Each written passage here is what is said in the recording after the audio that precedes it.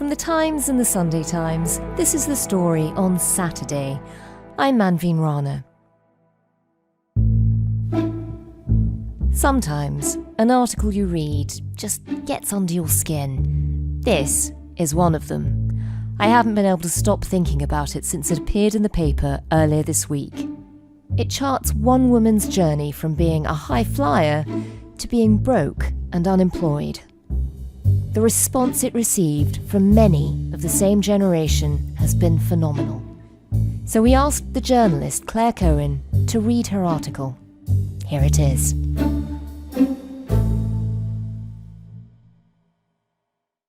Stacey Duguid recalls the moment she snapped. Days before the 52-year-old was due to fly out to Mallorca to stay with friends, having bought a £25 budget flight months earlier, she realised that she couldn't pay for any of it. I couldn't afford the taxi to the station, the taxi from the airport, or the lunches on the beach that the WhatsApp group were organising, she says. I had to ring my friend and say, "This is so embarrassing, but I can't come." She was so kind about it, but I was like, how can this be?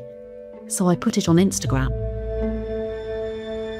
That social media story, shared 3 weeks ago, and which she says led to an outpouring of direct messages from thousands of women, was bracingly honest. Duguid also shared that she has been applying for jobs over the past 16 months with almost no replies or interviews. Since spring 2025, she estimates that she's sent out 150 CVs and rewritten it about 15 times, even on Christmas Day. She's applied for everything from a brand director on six figures to a part-time job taking photos in a warehouse. I still heard nothing back. People say that trite thing of, well, just get a job in Tesco stacking shelves. You try getting a job in Tesco stacking shelves. Good luck to you.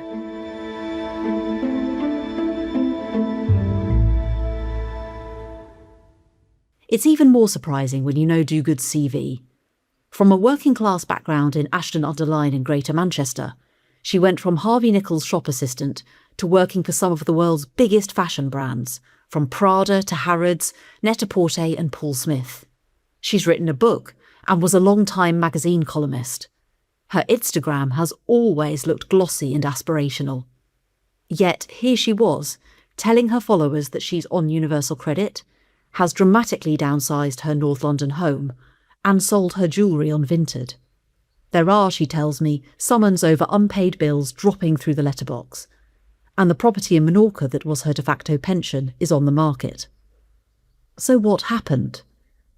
On the surface, a difficult perimenopause, the end of her marriage to the father of her 2 teenage children, and a nervous breakdown that culminated in Duguid leaving her last job. After a couple of years freelancing and setting up a side hustle selling her paintings, she felt ready to throw herself back into employment. I thought, right, I've got one more big job in me. The children are teenagers, my divorce is well behind me, let's do it. Then, tumbleweed. For more than a year, she blamed herself. I thought, this is all my fault. I've done something really badly wrong, she says. The situation was making me feel like I was being strangled. Sleepless nights, sore chest and a grief stuck in the back of my throat that nobody knows I'm living this way and it's too shameful to talk about. Keeping up the charade of being this ball-busting career woman was exhausting. She isn't alone. Since her confession on Instagram, she has gained 30,000 new followers and received thousands of messages from women aged 40 to 65 in the same position. They have worked hard all their lives, paid tax, and now find themselves shut out of a working world that appears to value youth over experience. They're applying for hundreds of jobs, but being ghosted. In their youth, they were told they were part of the generation who could have it all, but are now finding out that's not true. The response was insane, she says. I thought, oh my God, this is not a me problem, which made me feel better. But it's an every woman problem, and that made me feel angry. According to government data, the economic inactivity rate for women aged 50 to 65 is higher than that for men of the same age, We also know that roughly 60,000 women are out of work due to the menopause, costing the economy $1.5 billion each year, and that changes to the state pension age, another rise to 68 has just been mooted, affect unemployed women over 50 more than any other demographic as they struggle to make ends meet. It's in stark contrast, Duguid says, to the usual conversation around midlife, which tends to focus on reinvention or pivoting.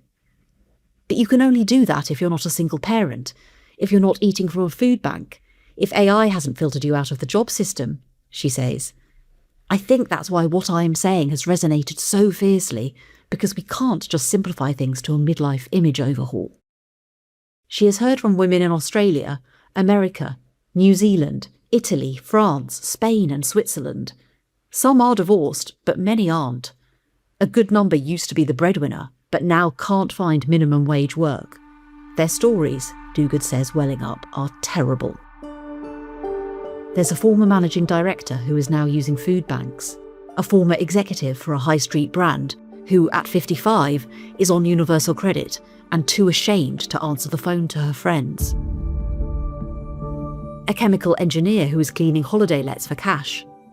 A highly regarded NHS consultant who can't find a position after taking a few months off when her husband walked out and is now living in a relative's box room. One 49-year-old former businesswoman has taken a badly paid entry-level job that can be done remotely and is using a filter to make herself look younger in virtual meetings. So far, they haven't noticed, she says.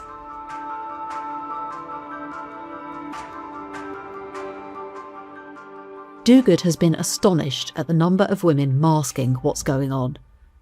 They're walking around with makeup on, hair done, outfits on, everything's fine. They are not fine, she says. She knows all too well how that feels, having hidden the truth from her own family, her children, and for several months her boyfriend, whom she met last May. I didn't tell him what was going on because I was so embarrassed, she says. I thought, he thinks he's met this impressive woman, but he doesn't know that to pay for dinner I'd had to sell 3 paintings. It was really desperately lonely, and it went on for a long time before I could open up about it. Many of the messages Duguid has received are filled with that same overwhelming sense of shame. Life feels very dark, one woman writes. I'm 59 and frightened in ways I never imagined, another admits. I'm 50, broke, and contemplating taking my own life. At this rate, I'll be homeless by 60 or dead, whichever one comes first. But all of this is fixable, another adds, if I could just get a job. A big barrier, Duguid says, is automated recruitment, which uses AI to filter out candidates and decide who receives a response at all. It can filter by age and reject CVs entirely if they're not written to be ATS, Applicant Tracking System, friendly, with youthful-sounding keywords, avoid executive or director, or saved in the right format, never a PDF. Duguid only learnt all this a few weeks ago, when a friend told her to remove her decades of hard work because it automatically gave her age away. She said, "You've got to Botox your CV or you'll never receive a reply. You can only have 7 to 8 years of experience, remove your age, just basically be less," Duguid recalls. I thought, hang on a minute, if this system has an age bias built in, maybe that's the problem.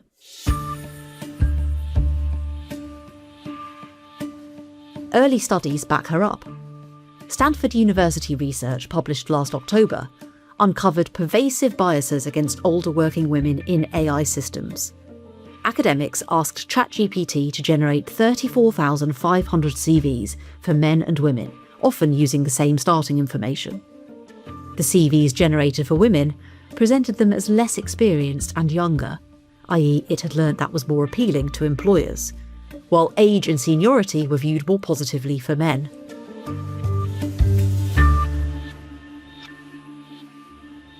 This is why Duguid is now calling on the government to tighten regulation of the recruitment industry, to address the unregulated use of AI tools that discriminate against older women. There is no legal requirement to track age-related hiring data, so businesses cannot be held accountable. She has started a petition and a platform called The Encore, which 2 weeks in has more than 300 members, for women to talk to one another and lift the lid on their shame. It's the biggest and most important thing I've ever done to allow this community to have a voice.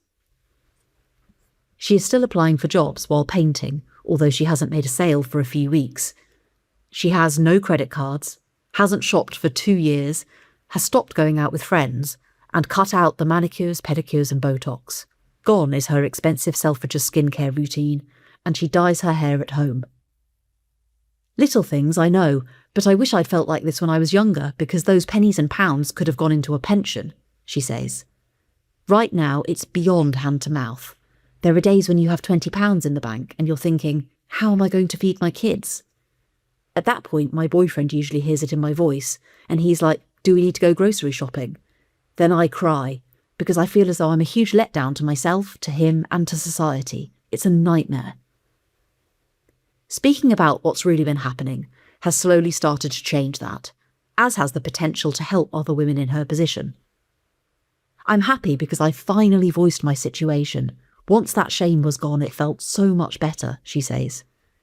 Now I'm carrying the stories of all the other women like me, and it's okay, because we can all fight it together.